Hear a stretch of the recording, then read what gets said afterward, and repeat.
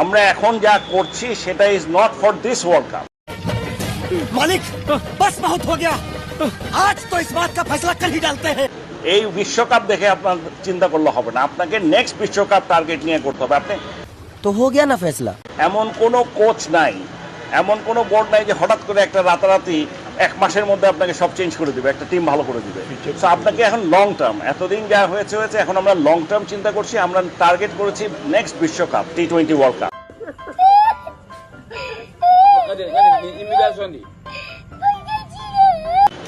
Next T20 world কাপের জন্য আমরা টিম রেডি করছি।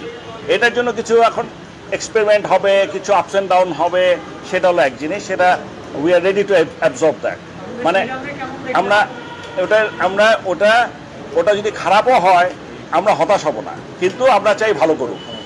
ইভেনচুয়ালি যাতে করে 6 মাস 7 মাস পরে আমাদের একটা ভালো টিম দাঁড়ায় যায়, বা লেটেস্ট 1 বছরের মধ্যে একটা ভালো স্ট্রং টিম পাই আমরা, সেটাই হলো টার্গেট। এখন এইটাতে মাথায় আপনাদের বুঝতে হবে সবসময় আমাদের টার্গেট কিন্তু next world cup, not this world cup.